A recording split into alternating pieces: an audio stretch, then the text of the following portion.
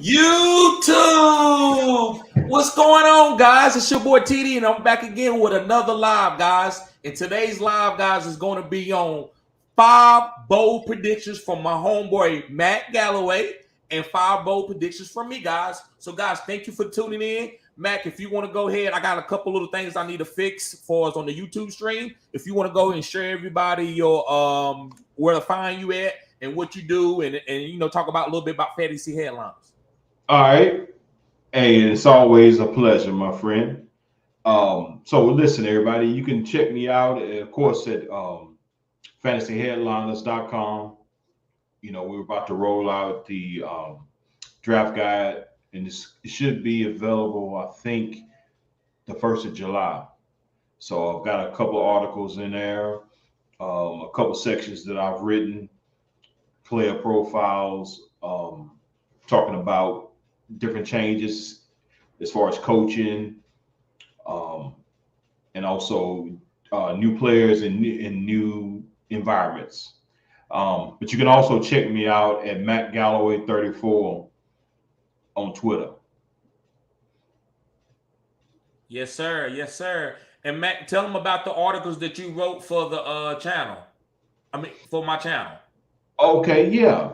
And so, listen, me and my boy TD, we were way ahead of the curve. I mean, probably a few years ahead, actually, talking about hybrid players. And actually, it was a couple, but one in particular that a lot of people have been talking about here recently, of course, is Deebo Samuels. And we talked about him, what, 3 years ago? Yeah, we also Tyreek and it was Debo, Tyreek, and Gibson. Gibson. Yep. There you go. hmm Yeah, so, we were way ahead of the curve as far as the um, hybrid players are concerned. Now we see it being more, fluent in the NBA, NFL. Yep. Yep. And so let me go to the chat.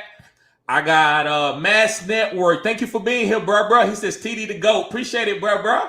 Appreciate it. And my homie, Life and Sports Talk with Jake. Life and Sports Talk with Jake. What's good, bro? He said, what's good, my guy? Bold prediction. Don't sleep on Kenneth Walker the third. And bro, so I got one for you then. Since you love Kenneth Walker, I got a great one for you.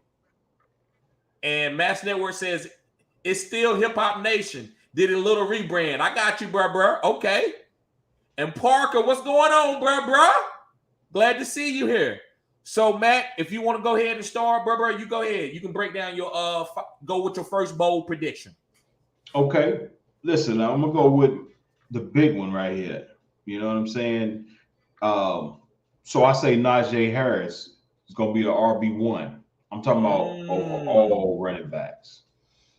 You know what I'm saying? So here's my thought process behind this real quickly. I know a lot of people know that he got the volume last season, and we had a tattered offensive line, an older Big Ben. We had Matt Canada, you know, who has got a great offensive philosophy. If you go back and look at some of his game footage, even when he was with Pitt, maybe back like 2017, I think it was. I mean, he put up huge numbers. So now, finally, that we've got a younger quarterback, a better offensive line, we've got these young stud receivers. We can spread the field out. There can't be any loaded boxes anymore. So Najee is still going to get the volume that he's always gotten, especially last season, right? So I can only see him being the RB1.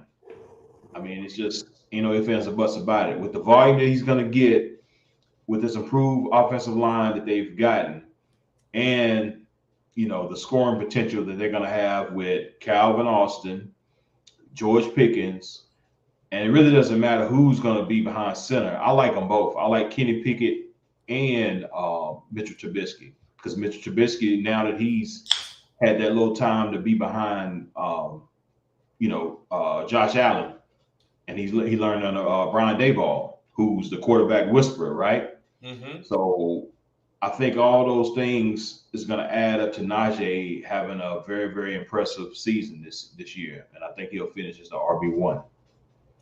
So, guys, before I go on to mine, I agree 100% with that take. And this was a bold prediction.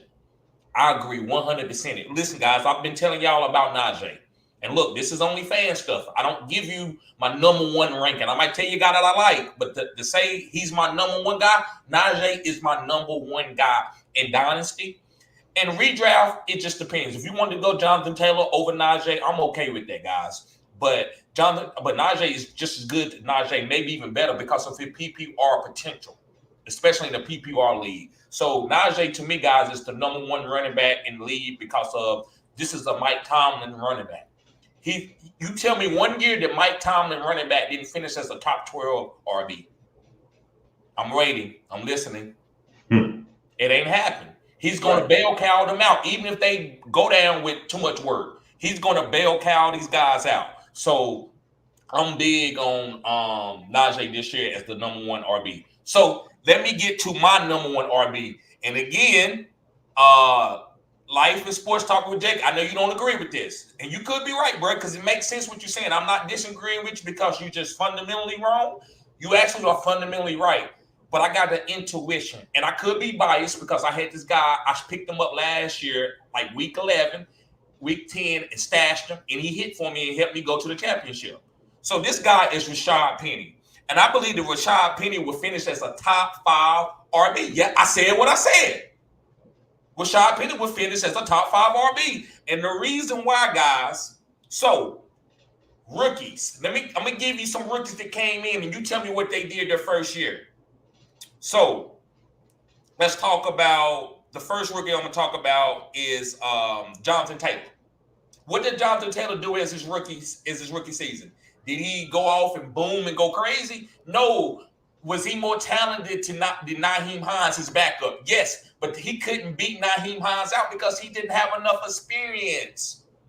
So to sit there and say Kenneth Walker is Barry Sanders, Kenneth Walker is O.J. Simpson, Kenneth Walker is Jerome Bettis? No, I don't believe so. This guy's going to take time to be able to block and protect Drew Lock or Geno Smith.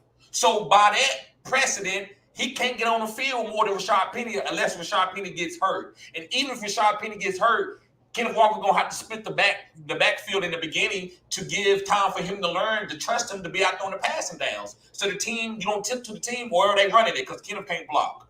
So Kenneth has to learn that. And out of 7 weeks, it takes 7 weeks to do this. It took Jonathan Taylor 7 weeks. It took CMC 7 weeks. It takes guys 7 weeks before they can trust you. Big time guys.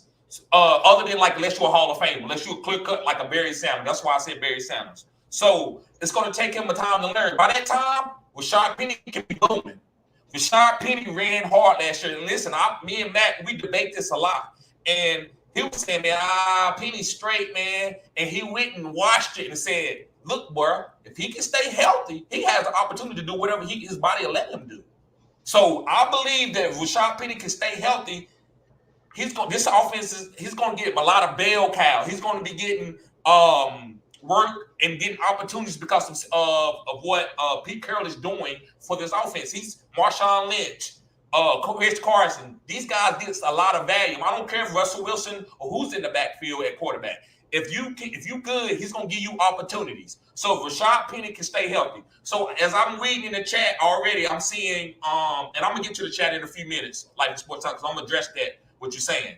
But yeah, I believe Rashad Penny is going to finish as a top 5 running back because of the offense that he owns, the way Pete Carroll implements his offense, and subtraction by addition. So I believe that Rashad Penny with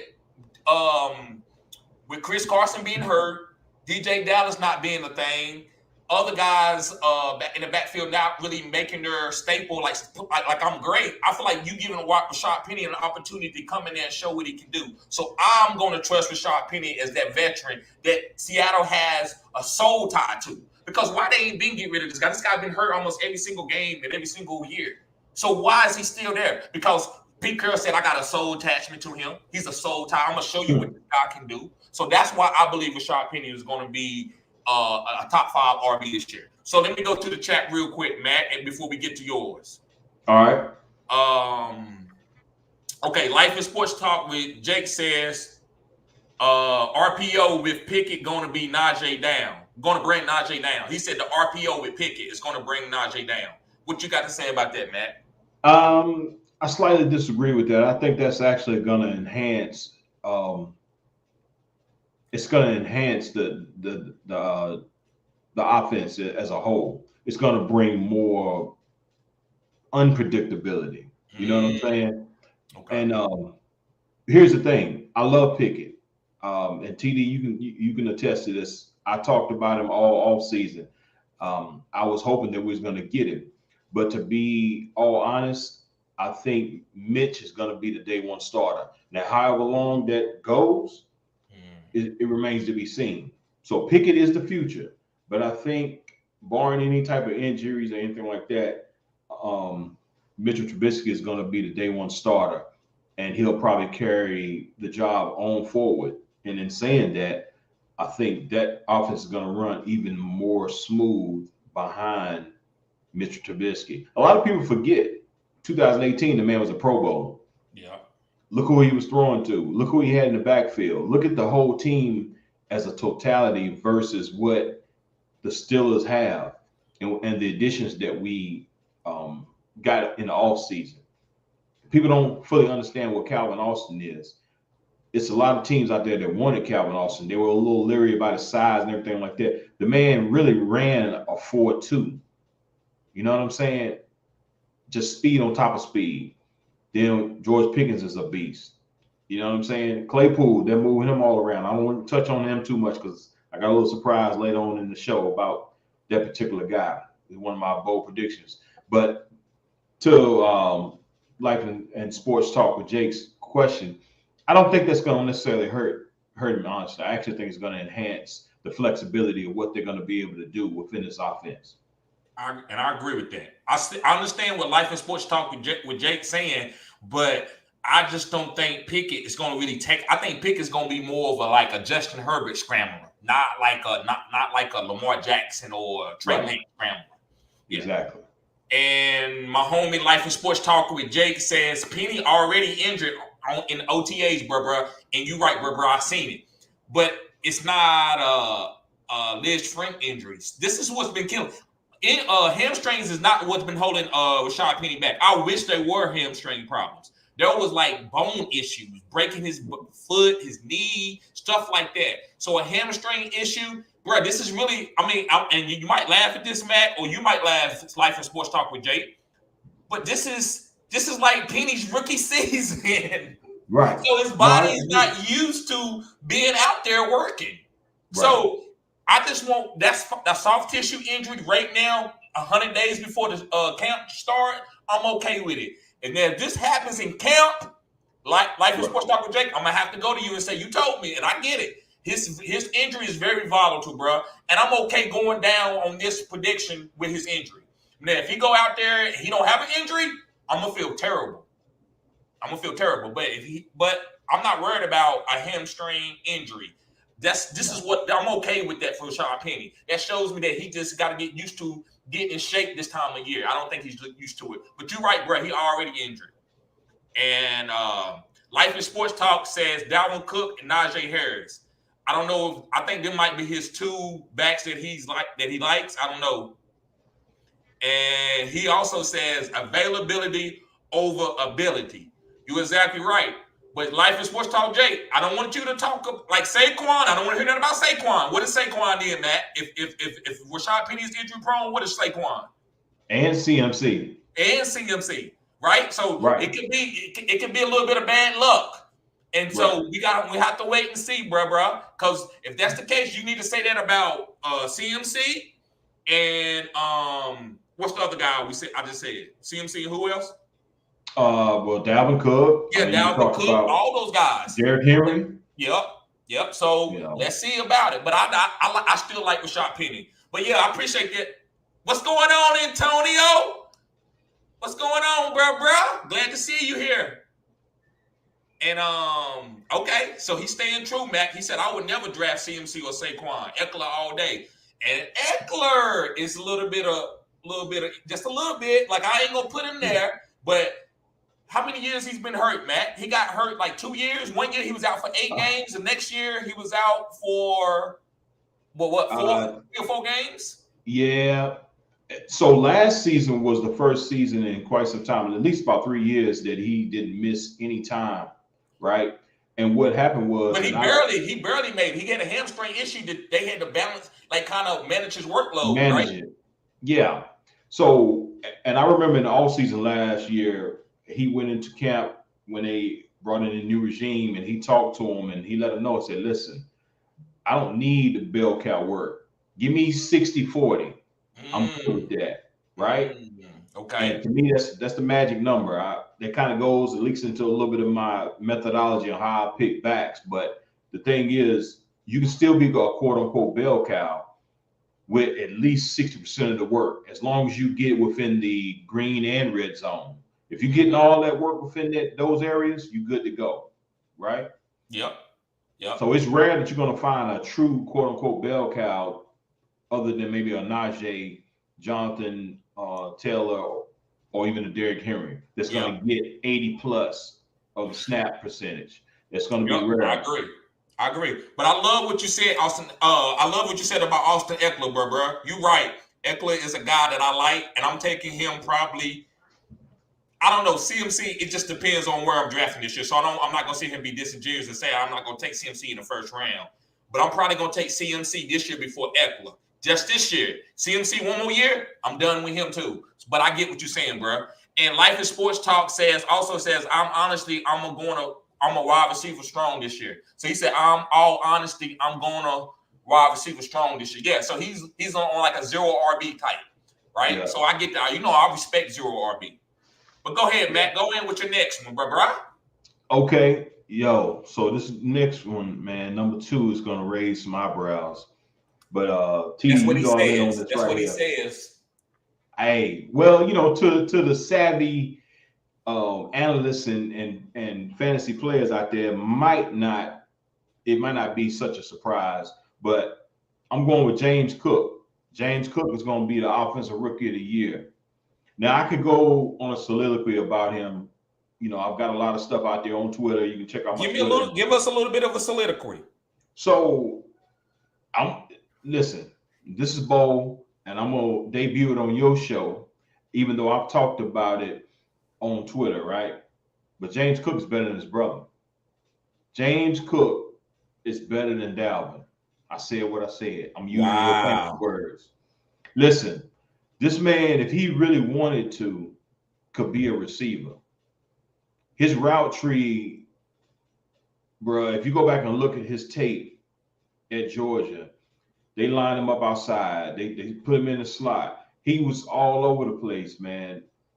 And he's so dynamic in his hands. That's one thing that's been consistent with the talk throughout, with scouts, former players, NFL players who actually watch him, and they say that he's got phenomenal hands. So if you go and look at the history of what Brandon Beane and the organization in Buffalo, what they were trying to do this offseason. See, a lot of people don't know they were in talks with Carolina. They were trying to get CMC. It didn't, for whatever reason, it fell through. Okay. So that right there alone was really confirmation to me to let me know how they're going to use James Cook. Now, I know a lot of people are going to be like, oh, well, he's not going to be a bell cow. That's not what I'm saying. Not this year. I think he does have that potential to be a bell cow. But what they're going to do, let's look at it like this. So the next thing was they brought in Duke Johnson. He's like a light version of what they're trying to do. Then they tried to get J.D. McKissick. And for whatever reason, he decided to go back to Washington. Hold on, Matt. Hold your thought. Guys, we got 5 people in the chat and we got 0 likes. Guys, can y'all please get the likes up? Let's get the likes up to show support for my homie, Matt. He's trying to get his content out there. And also, guys, I'm trying to grow. So can you please, as you come in, just hit the like button, guys. I greatly appreciate it. It just helps the video get out in the algorithm so other people can see my content. But go ahead, Mac. I'm sorry about that. No problem. Because listen, man, this is the thing. Me and TD are giving y'all gas. This is sauce right here. It's a lot of networks. It's a lot of other content creators out here They're gonna give you like my boy always say, Julio, D Hop. They're gonna give you the average stuff, right? We giving you cutting edge stuff, man. You can go back and look at my man TD. Look at his track record. Look at my track record. Go look at my Twitter. Look at all the calls that I called out. I got one pinned up on my Twitter right now. I was one of the only content creators, if not the content creator, He's right. who said go get Cooper Kupp. This was back in April of last year. 1 year ago, almost 1 year ago. To the date, almost 1 year. I said, go get Cooper Kupp. I love the combination of him and Matthew Stafford. And look at what happened. And the list goes on and on. So I don't mean to go on a soliloquy, but just like TD said, man, hit that thumbs up, get this in the algorithms, because what we're giving you is gas. This is stuff that really needs to be, you need to pay for this. You know what I'm saying? Because this is winning, cutting edge content. But at any rate, let me get back to James Cook. So offensive rookie of the year to me is really easy, but it's a bold take for a lot of people, because a lot of people think he's just going to come in and be a change of pace type of offensive weapon. But no, he's going to be more than that. What they're trying to do is everything that they've done is create an offensive juggernaut to where Josh Allen is not going to have to be dependent upon his legs. Now you got Stephon Diggs, you got Jamison Crowder, Gabriel Davis. You know, you still got Singletary. He's a great north-south back that is going to be great in the red zone, right? Now you got James Cook that they can line him up all over the field. So now you got a running back that now corners are going to have to pay attention to, because if you put a safety or even a linebacker, God forbid, it's a wrap. You feel me? So James Cook to me is going to be one of those guys, like I said, especially in Dynasty, go scoop him up, get him early. But in redraft leagues, I will look at getting him. You know, I can't remember where his ADP is right now, but to me, the 5th round is not too early. I'm telling you, he's going to be a PPR monster, but definitely offensive rookie of the year. And I agree. Again, I hate to say it, the guy is savvy. I agree with the other bold take. I want to hold off. I do believe that he got the potential to be better than his brother, but I'm not going to disrespect Dalvin like that, right? If I had a little brother, I don't want people talking about, hey, he better than you. Yeah, bro, he might be, but damn, right? Right? So I feel like Mac is trying to make Dalvin and James square up. He's trying to make them fight by putting out rhetoric like this. But I do believe he has potential, especially in this new game where his brother can be used like Alvin Kamara, and he looks like Alvin Kamara out there on the field with the long hair. He looks just like Alvin Kamara. So I believe in the passing game, it can make him be better than Dalvin. But that's why Dalvin, if y'all didn't seen it yet, Dalvin's trying to be used in the pass game this year too. So exactly. I'm going to hold off on that, but I do believe he can win Offensive Player Rookie of the Year. I believe that. So let me move on to my guy. And this is a guy that I was big on last year, guys, and he didn't have a great regular season finish, but he was a league-winning player in the playoffs. And this guy is DK Metcalf. Yes, I said it. DK Metcalf. So listen, guys, I know a lot of people was telling me, hey, well, TD, he finished as a top 28 or 22 receiver and this. Who about to get the highest paid bag in the league as a wide receiver over Tyreek Hill? But I'm wrong, though. And listen, I admit it. Sometimes a player that I'm on that's a great talent might not manifest into fantasy. And this is fantasy, so I got to be held accountable for his production in fantasy. But if he go down later in say this year and next year and boom out of his mind, I still feel like I was right. I can't help that Russell Wilson broke his finger or Russell Wilson don't want to go to DK. But guys, DK Metcalf will finish as the number 1 wide receiver in fantasy. And the reason why, let me explain, the reason why, do you remember Andre Johnson on the Houston Texans, where he was getting targeted 12 targets a game? Do you remember Calvin Johnson there when Matthew Stafford didn't have any other targets? DK is going to be there. I know you might say, well, Tyler Lockett. Well, listen, Geno Smith don't know what Tyler Lockett is. I'm just being fair. He don't know how to use Tyler Lockett like that. Tyler Lockett may have a big game here and there, but DK is gonna be the guy. That's why they're gonna. You think they're gonna pay DK $130 million to get 4 targets, and they're gonna run the ball with Kenneth? No, they're gonna be force feeding DK. So I want the guy that's getting all the targets. So have you ever thought about Michael Thomas with Drew Brees? This is what it can be. They're not gonna pay a guy to be a committee wide receiver, not Seattle. So I like DK. I think he can get number 1 value, and I think he can have 1 or 2 big plays a game, which can uplift him past a lot of guys that are PPR monsters, right? I would never say that DK is a PPR monster, but he might be a PPR monster and a boom and bust guy. Like he might boom on you too with like 12 targets. So guys, DK Metcalf finishing as the wide receiver 1. That's my bold prediction. So, Matt, let me get into the chat and see what the chat's saying. So, starting with Jake again. Jake says, I heard he's better than Dalvin as well. Respect that tape. He respect that tape, Matt. Appreciate that. B Silver, what's going on, bro? Glad to see you here. He says, this is cutting edge content. Yes, it is. You're not going to see this no other place the way we do it. I don't know. I'm not going to sit there and say that people run from my channel. I do think I should have a little bit more subscribers and stuff that I do. But if you want to compare me to these guys out here, guys, they ain't listen. And let me go back and do another. Jones. They giving you that all the time. Guys, I can make a bunch of videos on the consensus top 10 and flip it around for you. I'm giving you guys to go pick up when you get outside. Okay, I didn't draft it for 7-8 rounds. Who should I pick now? I got guys for you. Kenneth Gainwell, Taysom Hill. I'm not comparing Taysom Hill to no Pat Mahomes. That's not what I'm doing here. I'm just giving you guys to pick. We all are veteran fantasy players, Connor, right? We know to pick up Pat Mahomes. We know to get Josh Allen. We know to get Justin Herbert. But who did you get next? Trey Lance, maybe? Right.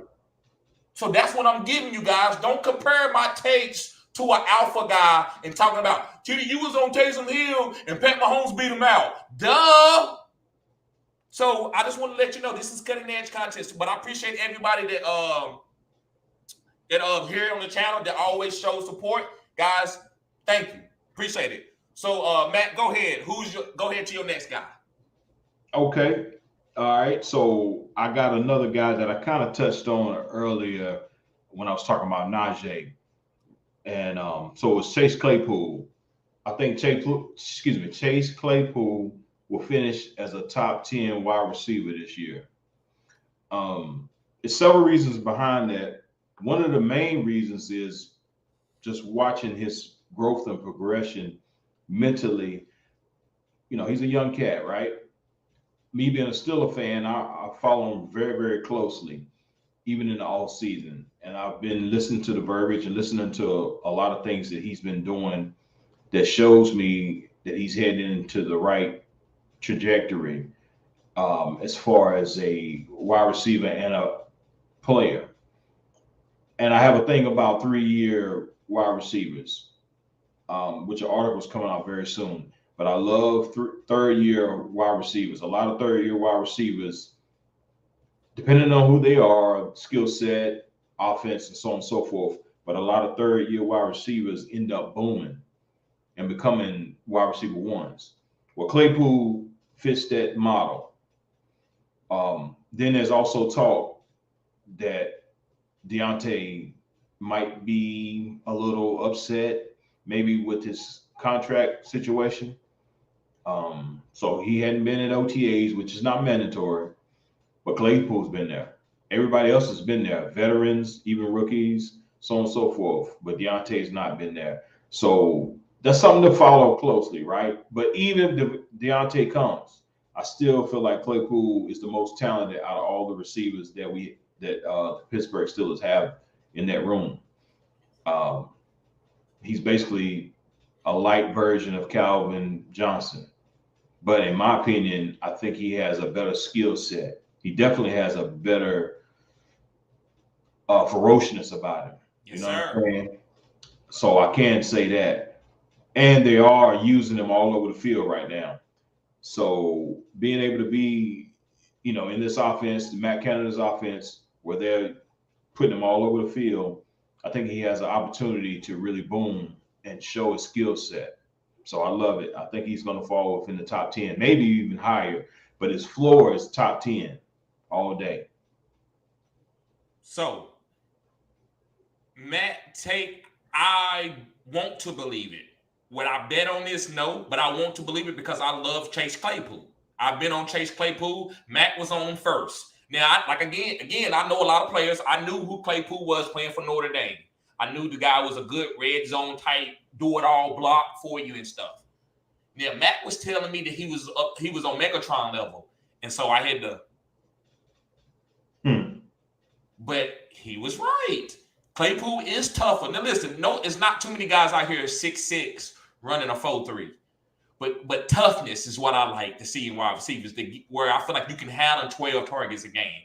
Claypool is a tough guy. He's young, but he's tough. I believe Claypool could evolve in this if they use him in the right way and use him in the slot and hyper-target him a little bit, right? And I don't mean like hyper-target like they did Antonio Brown, but maybe 7 to 8 targets a game. So I think Claypool can hit. That's another great bold prediction that I think you got, Matt. So let me get on to my guy.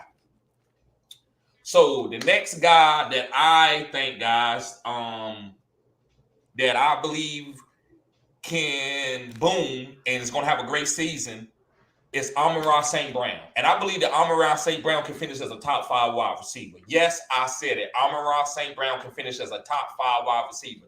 And the reason why I believe that, guys, is his last 6 games of 2021. And a lot of, and he was hyper-targeted. He had over 10 targets a game. He had 60 targets in 6 games, over 60 targets in 6 games. So some of you might say, well, he can't. What about T.J. Hockenson and Jameson Williams and DeAndre Swift? They're not going to get value over him. Anytime a guy show you something like that in a 6-game span, no matter what his draft capital is, you got to give him a chance to get on the field. Do y'all remember Victor Cruz? Victor Cruz was an undrafted free agent. He came out one time, I think a player got hurt, a wide receiver, and he had to come off the practice squad. And he had like 8 targets for 120 yards with like 6 catches. So why after that? Well, no, because we got this guy coming back. No, that slot receiver never got his position back. Victor Cruz, he shot out. So yeah, they drafted Jameson Williams because he's going to be part of the new regime. Not DJ Chark, DJ Chark, DJ Chark, DJ Chark. No, bro, you ain't out there. Listen, you're going to have a couple of deep balls from Jared Goff, but this is Amon-Ra St. Brown and DeAndre Swift team on the offensive side. T.J. Hockenson, if you sign a good, nice, friendly deal, they're not going to give you a David Njoku money. They're not going to do it, bro. So I'm not worried about T.J. Hockenson. I'm not worried about DJ Chark. I'm not worried about DeAndre Swift. The guy that's going to hold this team together, that's going to be the leader, when you see them get in the huddle, who they going to look for? And I said what I said. It's going to be Amon-Ra St. Brown because he's tough. He came from a tough family. Equal name is St. Brown that plays for the Bears now is his brother. So this guy knows football. His daddy was Mr. Olympia. So I believe that Amon-Ra St. Brown is going to have a huge year. And I'm not saying it's going to happen from our game 1, but I believe they will give him a chance to show, look, can you do this again, what you did for us in the last 6 games of last year. So I'm fine with Amon-Ra and betting on him for a top 5 wide receiver. I think talent and work ethic progresses. So I think anybody that's trying to push him and take his spot or his targets, they're not going to be able to do it. So that's my 2 cents on that. And Mac, you can rebuttal me a little bit if you got any comments on that. Yeah, well, just slightly. And we talked about this before. And also, guys, I'm sorry, Matt. Guys, make sure you hit the like button as you come in. I appreciate it. We got 7 people in here. Guys, I take what I can get. So appreciate you guys being in here. Make sure you hit the like button and subscribe to the channel if you're new, guys. Go ahead, Matt. Yeah, so with Amon-Ra, man, I think his ceiling and his potential is phenomenal, right? My only concern, or one of them actually, it really depends on the ADP. You know what I mean? And as far as how I draft and how I construct my team, I don't know if I can take him. Let's just say, for example, if he's a 5th round ADP right now, right? Mm-hmm. it's a couple other guys that I would much rather have, maybe like a Mike Williams, right? Knowing that his trajectory and potential of target volume is solidified. I might be slightly on the other end of it where you are not the talent, but the target share. Mm-hmm. I'm still kind of in question about how they're going to use him once Hawkinson and Swift comes back, right?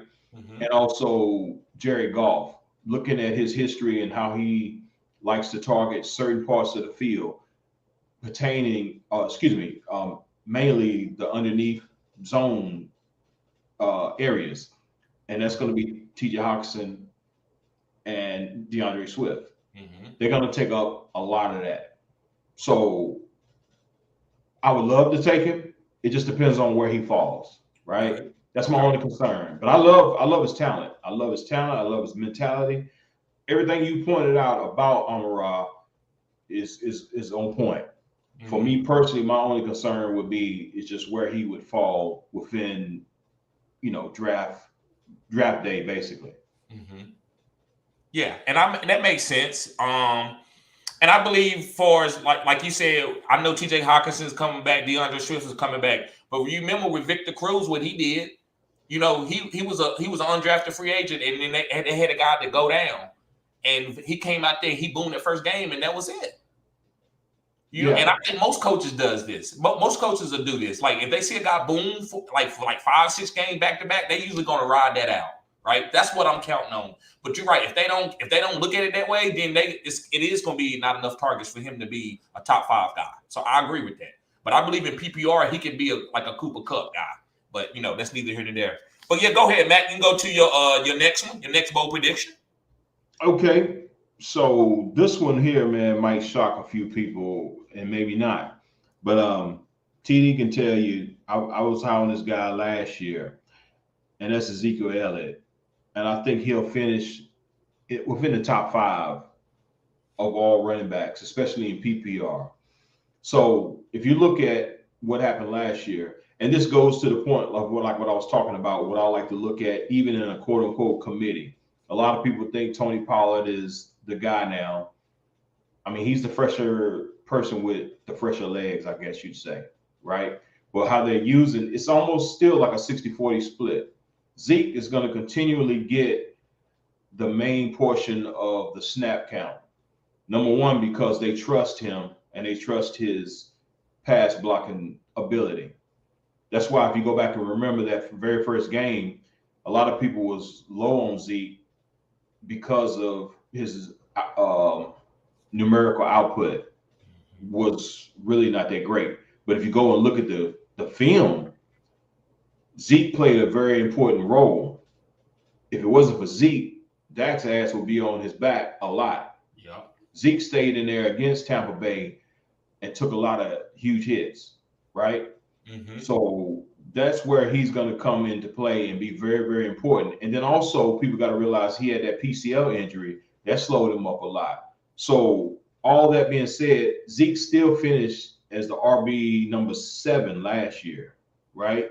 Mm-hmm. Because he had a lot of red zone carries and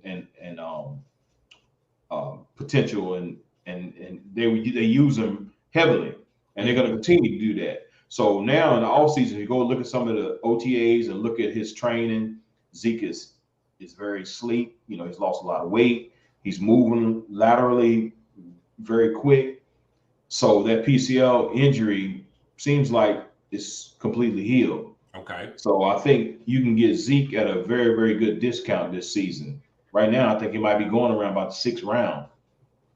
It's going to be hard to find an RB1 around that, anywhere from the 5th and 6th round. And as long as Jerry Jones has got breath in his body, he gonna make sure Zeke gets all the red zone touches. That's a guarantee because his money says so. You Yep. feel me? That contract states that. And not to say anything negative about Pollard, but Tony Pollard is not a bell cow. He is what he is. He's a great satellite back.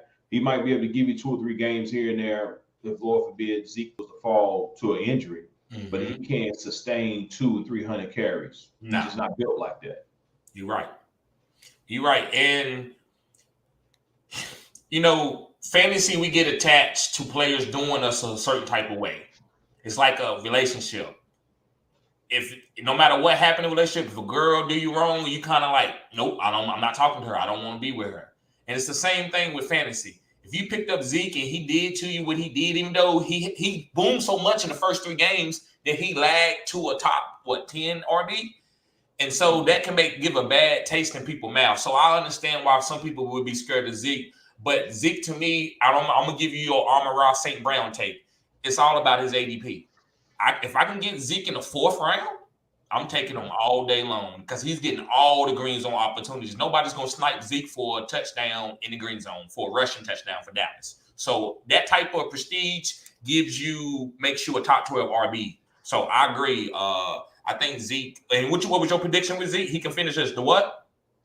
He finished within the top 5 of all backs. Yeah, he can with the touchdown upside that he has. He can, bro. Even though I don't believe so, I don't want to take him early. But in the right ADP, he can. If you draft him, he can finish as a top 5 RB. So I agree with that. So let me move on. I'm gonna go and get on to my next take. And my next take is a tight end, and this guy I've been championing for a long time this year, a little bit of last year. And this guy's David Njoku. Yes, I said the guy's David Njoku. Now listen, David Njoku's doing this right here. You know how you point? I'm on the line of scrimmage. I'm on there.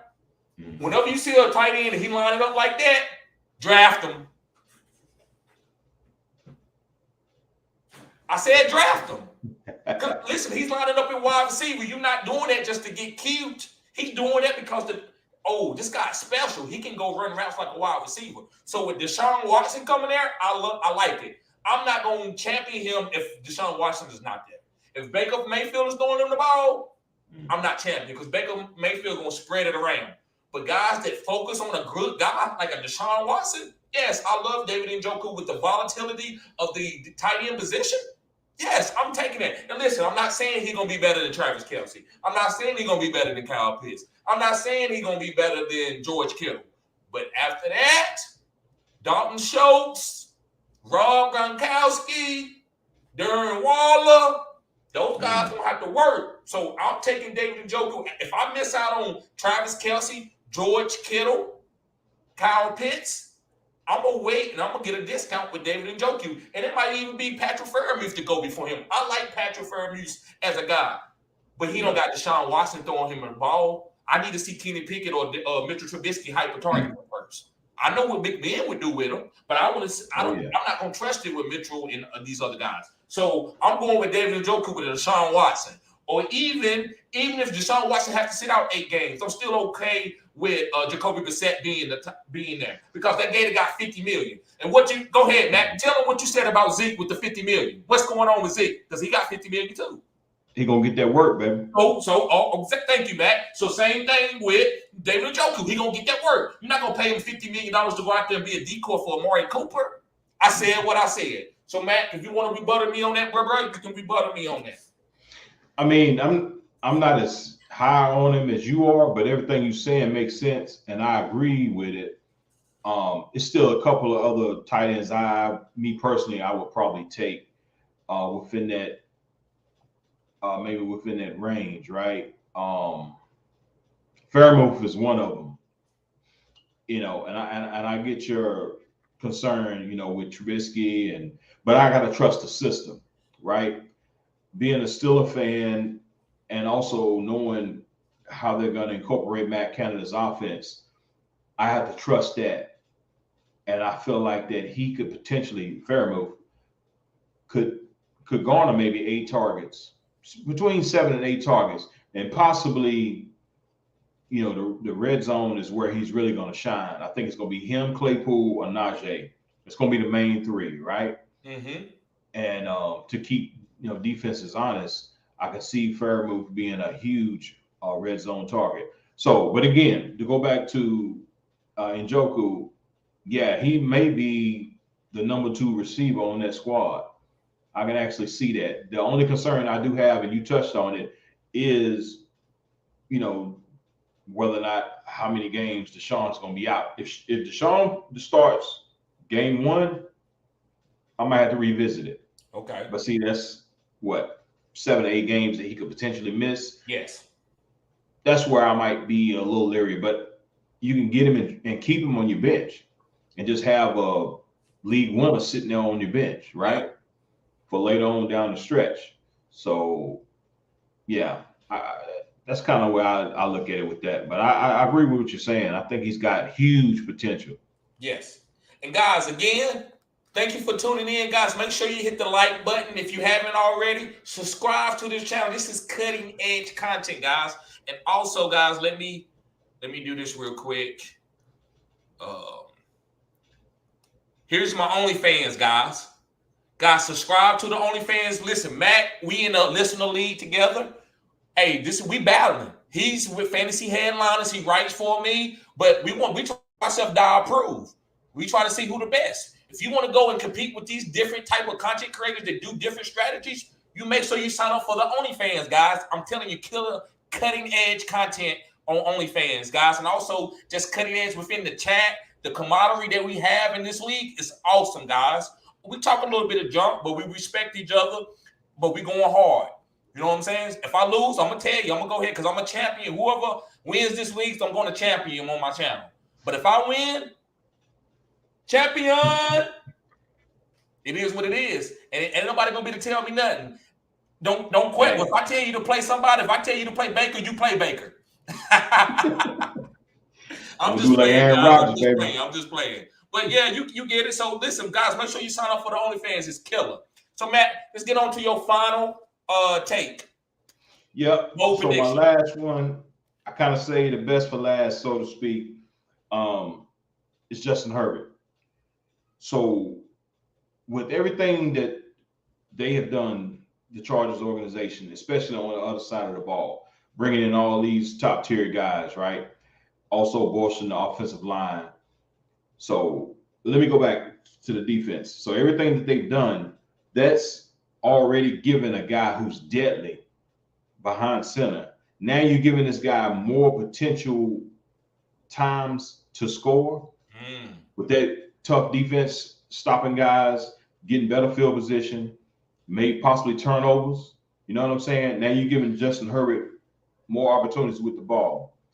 I can see Justin Herbert, I ain't gonna just say throwing, but I say a total of 50 plus touchdowns and throwing for over 5,000 yards this season.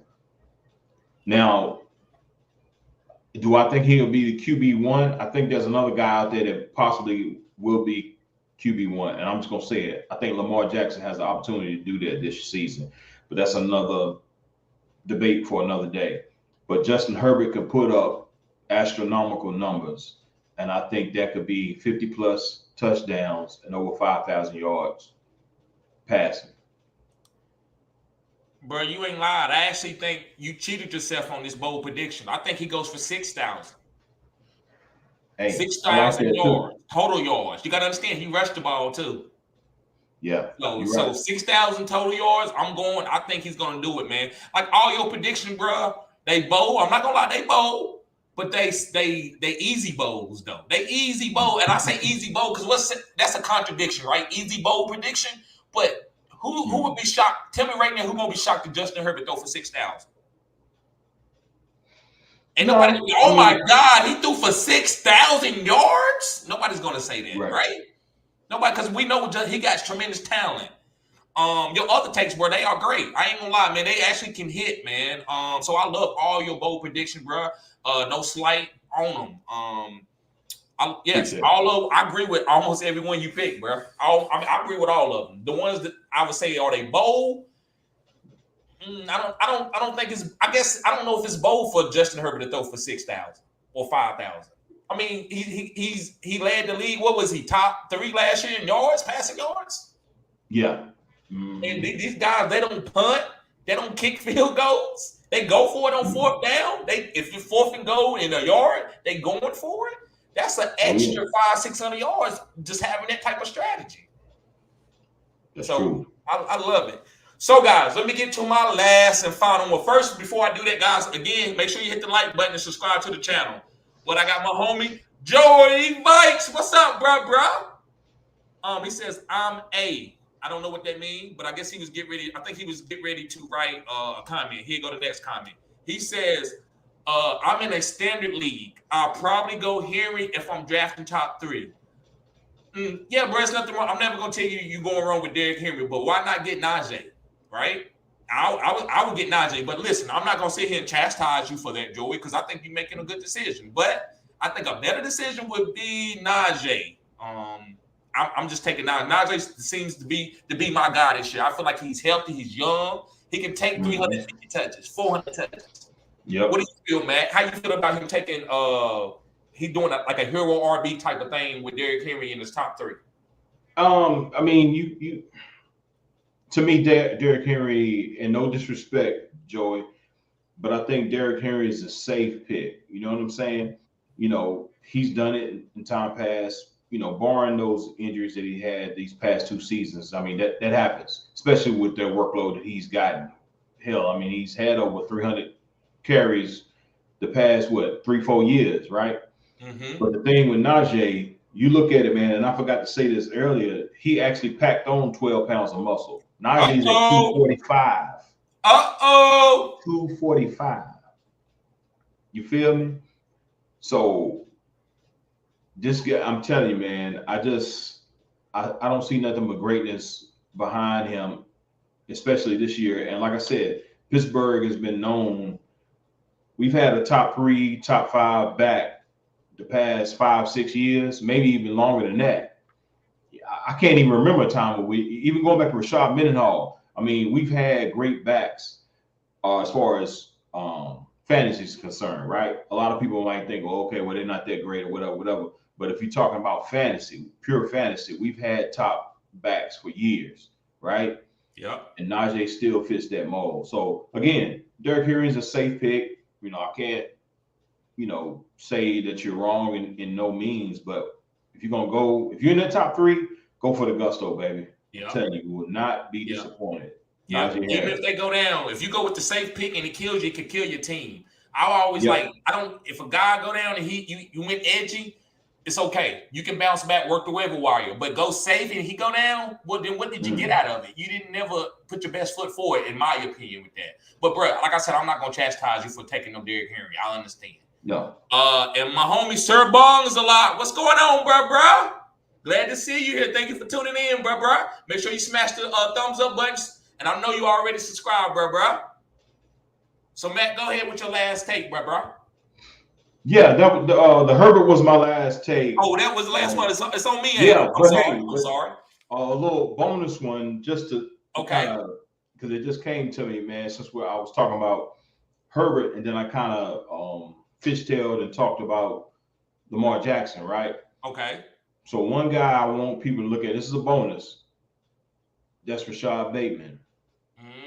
This is a receiver that is some people can debate this. Even myself, I kind of wrestle with it a little bit, but he is the wide receiver 1. A lot of people want to say it's Mark Andrews, and to a certain degree, if you want to be technical, yes. But the alpha receiver is Rashad Bateman. This is a guy that used to give it to Humphreys day in and day out in practice last year. Yeah. So, and we're talking about a top tier cornerback. I mean, gave it to him. You feel me? So now and him and Lamar have had practice after practice. They've been working out all off season, developing their chemistry together. So I think you're going to see some special things. And he's got, I'm trying to remember his name. I think it's Kevin Williams. He's the wide receiver specialist, the one that Devontae Adams and Tyreek both talks about heavily. Okay. He's a part of Baltimore Ravens organization, and he's worked with Rashad Bateman throughout the offseason. So that's a little bonus, but that's a guy that you probably can get, super late. I ain't gonna say super late, but you can probably get him later in drafts, maybe about 6th or 7th round. But he's gonna put up big numbers. Yep, I love everybody. Guys, go pick up Rashad Bateman. I'm not saying go to take him as your wide receiver 1, like 3rd, 4th round or anything. But after like a certain like the top 8 receivers go off the board, Rashad Bateman got to be like the 9th or 10th guy that you take. You know, I'm not saying take him before Cooper Kupp, Justin Jefferson, or Jamar Chase or nobody like that, right? But a couple more of those guys after that, like after Tyreek Hill and Devontae Adams, I'm thinking about taking Rashad Bateman. I really believe that. So that's a great take, Mac. So guys, my last guy, and I think Mac can know who I saved him for last. Mm-hmm. My last guy is going to be a quarterback. And I actually think this guy can win MVP this year. And this guy's Trey Lance. Yes, I said it. 30 points, 40 points, 30 points, 40 points, 40 points, 50 points. That's what he's going to be doing. Trey Lance, guys, he's a young stud that can run. Do you remember when Cam Newton was young, what he did? Yeah, he got busy. Cam Newton. They kind of the same size. Cam Newton might be a little bit taller. So what do you think Trey Lance going to do when he backing up and he looking downfield for Debo or Brandon Ayuk or George Kittle? He see an open lane. He taking off. You think he going to slide before you get to the red zone? No, he going in there. So, guys, I believe that Trey Lance can have 20 rushing touchdowns. Yes, I said it. Woo! I love it. Yes, 20 rushing touchdowns. Listen, I know this is a great offense, and I know Elijah Mitchell is there, Trey Sermon, Tyrion Davis-Price. These guys can run the ball. This is Shanahan's tree. But, guys, he's so young, he's going to be taking off. And anytime he's getting down, he's going to take off like Josh Allen did his first couple years. They don't know no better. So it's kind of like a young stud horse that win the Kentucky Derby. He going to run so hard, he might run past and bust his heart open because he don't know. He's just young. Same thing with Trey Lance. He's going to take hits, unnecessary hits. I don't like that. But also with that, I'm going to pick up all those rushing ability points. Yeah, especially if you play where you get points for first downs, points per carry. This is a quarterback that's going to be on running back numbers. So even when the play ain't designed, I'm not saying they're going to design 20 rushing touchdowns for him. But 10, 11, 12, 10, 11, 12. Yes. So listen, guys, 10, 11, 12. And then the rest of them going to be him just taking off. Hey, it was comfortable. It was open. I took off. So I like Trey Lance to lead the league in quarterback rushing touchdowns if to throw for 20. So I believe he can have 40 touchdowns, 20 rushing, and 20 throwing. And the ceiling is the sky's the limit. He can do more, right? And even if, guys, he don't get 20 rushing, say he gets 17, are you going to go and kill me? No. Are you gonna kill me if I tell you that if he goes 17? So guys, I know this is a bold prediction show, so I didn't tell you 17.5 with a methodical of this 90. No, I'm not. I don't do that shit. I'm talking about this. You know this guy. This is a Cam Newton type of guy. How do you implement him into a professional offense? It's rushing ability. So guys, I love Trey Lance. I think he's got an opportunity to boom, and you ain't got to take him with the rest of the quarterback. Now, listen, I can't tell you what his value is going to be in 3 to 4 weeks when he start running around making these big plays. So I don't know. But right now, if he's drafting, you can wait and miss out on Justin Herbert and Lamar Jackson and stuff like that and pick up Trey Lance. I believe also, guys, that I'm a big guy as far as getting great quarterbacks in one quarterback leagues and super flex. Because you can get big, you can have a good team. They all giving you 15, 12 points, 20, some of them. And then you play against a guy that got Justin Herbert, and he go for 40 or 50 points, 40 points, 50 points. You're like, damn, he beat you because of his quarterback play. So you got to get you an upper echelon quarterback. Trey Lance is one of these guys. So I'm not going to – like Justin Herbert, Lamar, Russell Wilson, Josh Allen, these guys. So you got Trey Lance is part of that package. Mm-hmm. Matthew Stafford and Kirk Cousins are good, but they still is like their bad games are really bad. Trey Lance and Lamar bad games are like 17 points, 18 points. That's a bad game in like an average 20-point scoring quarterback league. So, guys, make sure you pick up Trey Lance. And, Matt, you can rebuttal that before we get out of here. To be honest, man, I don't have a lot to say negatively about it. I think he does have a high ceiling. You know, I think they've invested a lot in him. And I think just listen to some of the verbiage from guys like Ayuk and Kittle in the offseason when they talk about him, and they talk very, very confidently about him, right? So, and I think Shanahan has got, some faith in him too. So, sky's the limit, man. You know, I might not be quite as high on him as you are, but what you're saying is not beyond the realm of possibility. And I actually like it. That is a bold prediction, but it's one that if it happens, you could be like, yeah, it makes sense. You know what I'm saying? Yeah, he's got superb talent, man, and I actually think his arm talent is a little bit underrated. Yes, sir. Man's got a cannon. Yeah, he do. You feel me? Yep. And once he develops that cohesiveness and chemistry with one of those guys, which I think it may be Kittle, yes, I think sir. you might see a special pairing between the two. Yep. So yeah, I see what you're saying. I like it. Yep. So guys, Matt, go ahead and tell them where to find you at, man, and what you're doing and what you plan on doing in the future and stuff like that. Okay, and I appreciate that, man. And so yeah, again, like I said, go to fantasyheadliners.com. You can go ahead and pre-order the draft guide. We got a draft guide that's coming out. If I'm not mistaken, I think it's going to drop or start dropping around July 1st. We're wrapping everything up now. So, but you can go ahead and pre-order. It's got a lot of, great information on it to help you with your drafts.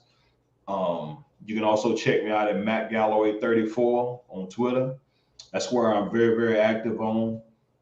You'll start seeing some more videos along with, me on this channel. And I appreciate TD to the highest, man, for allowing me the platform to be able to come and talk.